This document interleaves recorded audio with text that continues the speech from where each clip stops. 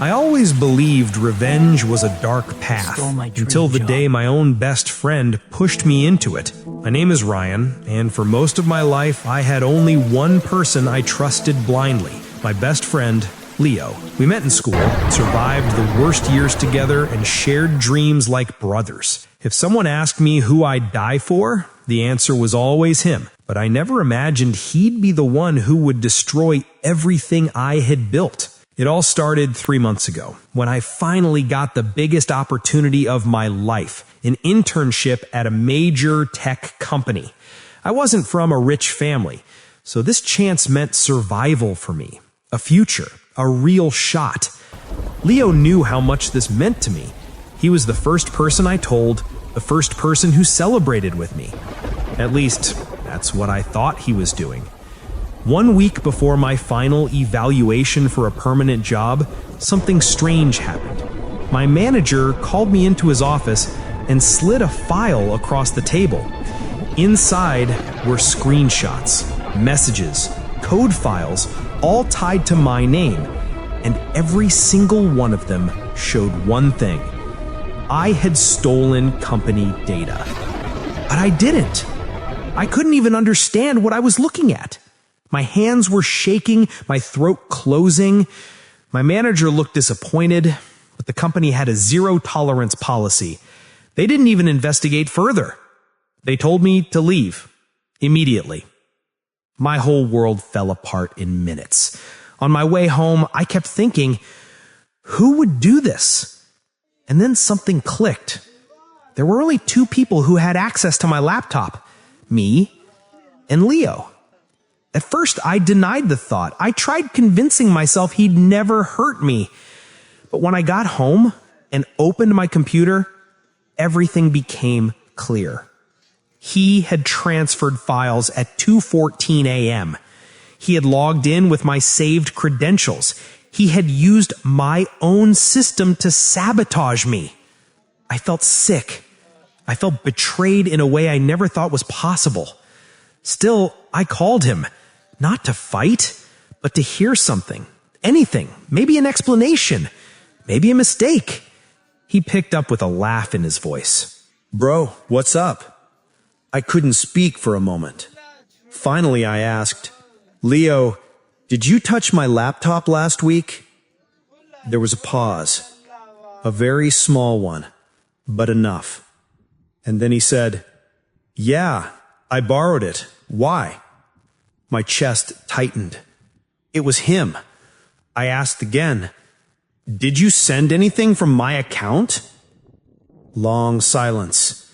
Then he sighed and said, Ryan, I needed that internship more than you. My dad's on my back. My family is drowning in debt. You don't understand my pressure. I didn't breathe. The betrayal hit me like a knife. So you destroyed my future? I whispered. He didn't even apologize.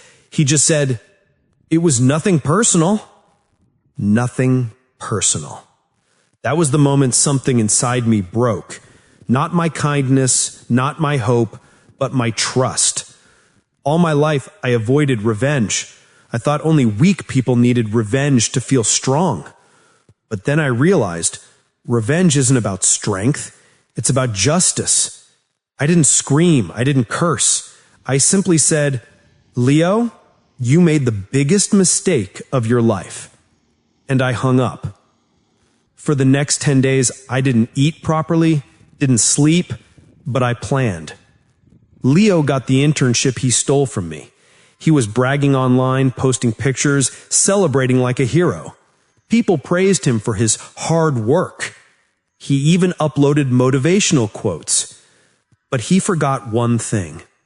I knew him better than anyone. I knew he never updated his passwords. I knew he reused old codes. I knew every weakness he had. So I quietly did what he did to me, except smarter. I found real evidence. Messages he had deleted, files he had transferred from his own laptop when he framed me, conversations with someone else planning the sabotage. He wasn't just selfish. He was stupid. I didn't expose him online. That would be too small. I sent everything directly to his company's HR department. 2 days later, he called me. He wasn't laughing this time. He was crying. "Ryan, please help me. They're firing me. They might press charges. My dad will kill me." He wasn't worried about me when my life fell apart. He wasn't crying when I begged him for the truth. So I said, calmly, "Leo, it's nothing personal." And I ended the call exactly the way he had ended our friendship. After he lost everything, I reapplied to the company. This time, they saw the truth. They apologized. They offered me the position back. And when I walked into the building on my first official day, I felt something powerful. Not pride, not victory, just closure. People think betrayal destroys you, but sometimes betrayal is the fire that shapes you, and revenge is only the justice you give yourself. And as for Leo, he still tries to talk to me, still tries to fix things, but I learned one thing. When someone breaks you from the inside, you don't rebuild them back in your life. You rebuild yourself stronger than ever.